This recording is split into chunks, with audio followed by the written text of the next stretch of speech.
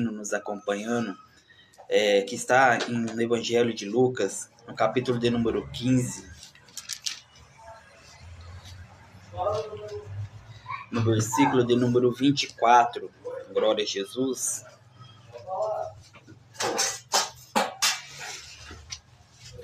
Diz assim a palavra do Senhor: porque este meu filho estava morto e reviveu, tinha se perdido e foi achado, e começaram a alegrar-se.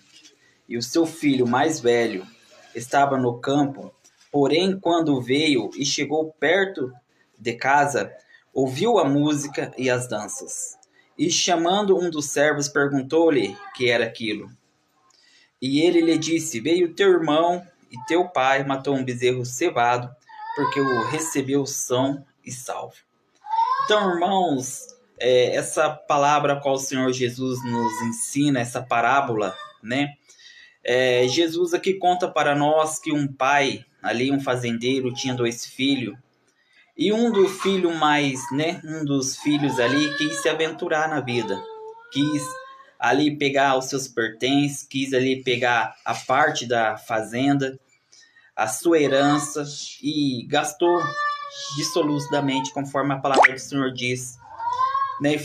Gastou tudo com os desejos da carne, tudo que ele queria fazer ele fez. E a gente vemos que na palavra que o pai em nenhum momento ali, né, mediu esforços, deixou o seu filho ir até onde ele desejava ir.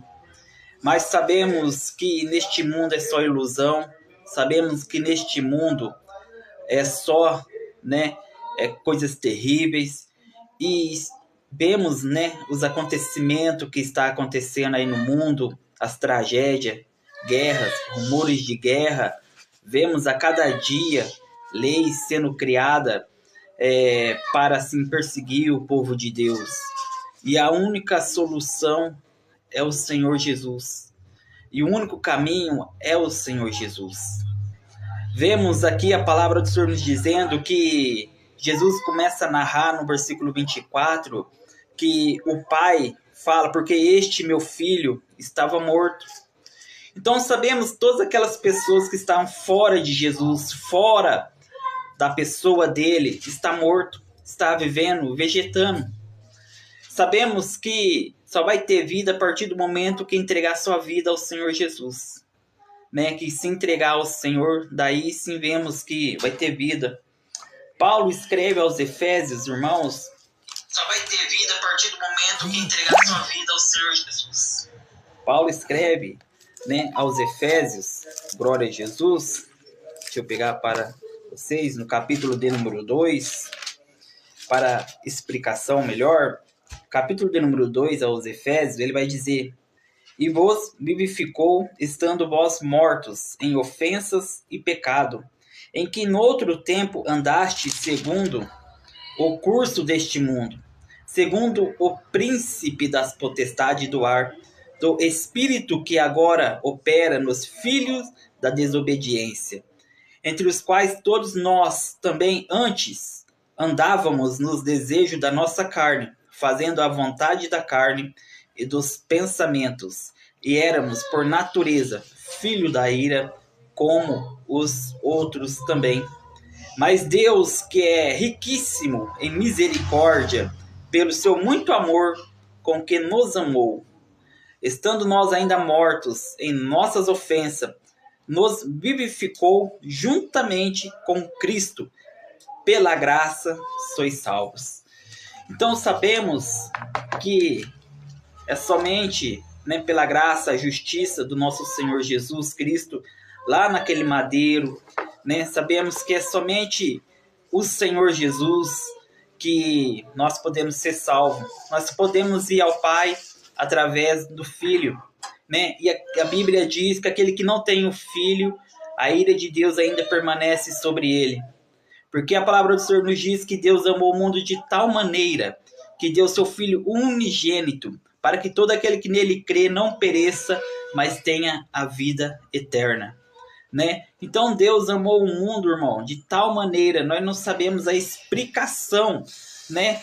não existe palavras para explicar o amor de Deus, né? E o amor de Jesus por vir voluntariamente a essa terra, cumprir, né? Ali o que o Pai dele e o Espírito Santo no conselho de presciência ali determinaram, né? E vemos que ele veio, cumpriu, foi obediente até a morte, como Paulo diz, e morte de cruz. E ali ele venceu, né? E vemos que ele vai vir buscar o seu povo, vai vir buscar a sua igreja. Vemos que ele já está às portas. Devemos, então, abrir o nosso coração. Devemos, então, buscar um povo de Deus que fala da palavra, fala do evangelho, conforme as escrituras nos ensinam. Aqui continuando, porque este meu filho estava morto e reviveu, tinha se perdido e foi achado. E começaram a alegrar-se. Vemos a palavra do Senhor dizendo que este moço, que gastou tudo que ele tinha, caiu em si, né? Pensou, daí ele assim pensou e falou assim, opa, na casa do meu pai tem tudo de bom, e eu aqui passando necessidade, passando fome. Na casa do meu pai eu tinha de tudo que eu queria, mas muitas pessoas por ilusão abandonam a casa do pai. Muitas pessoas, né, por um desejo, por um deslize, acaba se afastando de Deus. Mas conforme a palavra de Deus diz que ele é riquíssimo em misericórdia, é hora, né, de quem está me ouvindo, se está afastado do caminho do Senhor, se está longe, voltar para a casa do Pai, voltar enquanto há tempo, porque a palavra do Senhor nos diz em Mateus capítulo 6, verso 34, que o dia de amanhã não pertence a nós, mas cabe a cada dia o seu mal, basta a cada dia o seu mal. Então nós não sabemos o dia de amanhã ou do que vai acontecer daqui a pouco, né? Nós sabemos que a morte é uma coisa que vai acontecer, seja criança, seja bebê, seja idoso, seja adolescente, uma hora ou outra vai chegar. A gente vê muitas pessoas dizendo morreu, acabou, não. Aí que vai começar. Porque aonde que vai para a sua alma? Aonde que vai, né? Porque sabemos que muitas pessoas falam, todo mundo vai para o céu. Mas a palavra do Senhor nos diz assim, né? A palavra do Senhor nos diz que só quem entrega sua vida ao Senhor Jesus. Só quem entrega, né, os seus caminhos ao Senhor. Muitos têm desejo de ir, mas não quer aceitar ao Senhor Jesus como seu Salvador. E é somente através dele que a gente pode ir para o céu, né? Aqui vemos que este jovem estava perdido, estava sem destino, sem solução, sem nada. E ele falou assim, vou voltar para a casa do meu pai, nem se for para trabalhar de empregado para ele. Porque lá os trabalhadores, os jornaleiros do meu pai, né, tem fartura de pão. E vemos que ele decide voltar para a casa do seu pai. E ali no meio do caminho, quando vai chegando perto, o seu pai avista ele de longe. E vemos que o seu pai vai correndo e o abraça. Mas antes ele começa ali a lembrar e falar, levantar-me-ei e irei ter com meu pai. E dir-lhe-ei, pai, pequei contra o céu e perante ti, já não sou digno de ser chamado teu filho. Faze-me como um dos seus jornaleiros. Então vemos que ele se arrependeu. Vemos que a atitude dele de ter saído da casa do pai, de ter pegado a herança, de ter gastado tudo.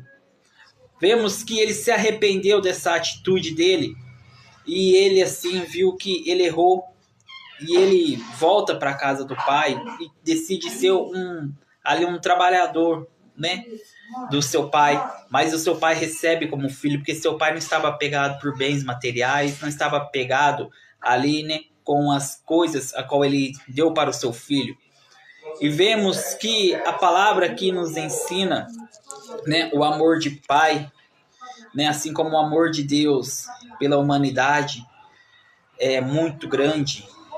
É muito grande. conforme Paulo escreve aos Romanos 8, né? Ali 8:35 para frente, quem nos separará do amor de Deus, né?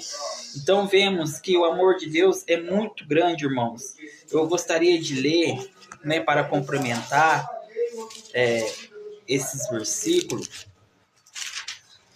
Romanos capítulo 8, no verso de número 35, ele vai dizer: quem nos separará do amor de Cristo?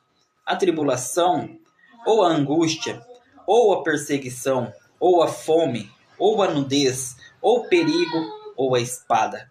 Como está escrito, por amor de ti, somos entregues à morte todo dia. Somos reputados como ovelhas para o matadouro. Mas em todas essas coisas somos mais do que vencedores por aquele que nos amou. Porque estou certo de que nem a morte, nem a vida, nem os anjos, nem os principados, nem as potestades, nem o presente, nem o porvir, nem a altura, nem a profundidade, nem alguma outra criatura nos poderá separar do amor de Deus, que está em Cristo Jesus nosso Senhor.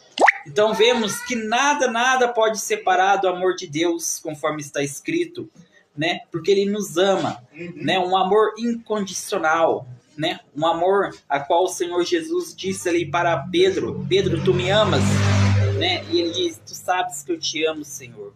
Ele fala isso 3 vezes. Ele fala: apacenta minhas ovelhas, no final.